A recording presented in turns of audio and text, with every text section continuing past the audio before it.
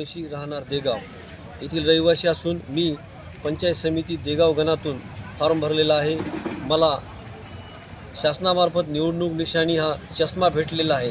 चष्मा म्हणजे पारदर्शकतेने पाहण्याचा दृष्टिकोन, विकास हा अतिशय पारदर्शकपणे करण्याचा जो विजन आहे माझा, तो नक्कीच या पंचायत समिती देगाव गणामध्ये मी करून दाखवणार।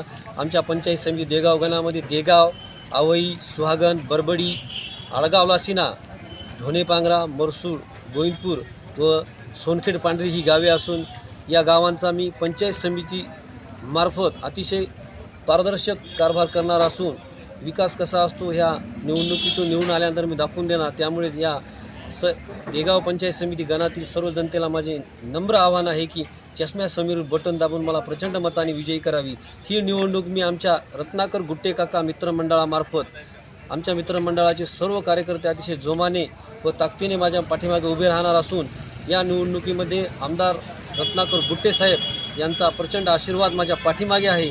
त्यामुळे आमदाराचा पाठिंबा असून तसेच विकासाचं नेतृत्व आमदार गुट्टे साहेब हे माझ्या पाठीमागे आहेत।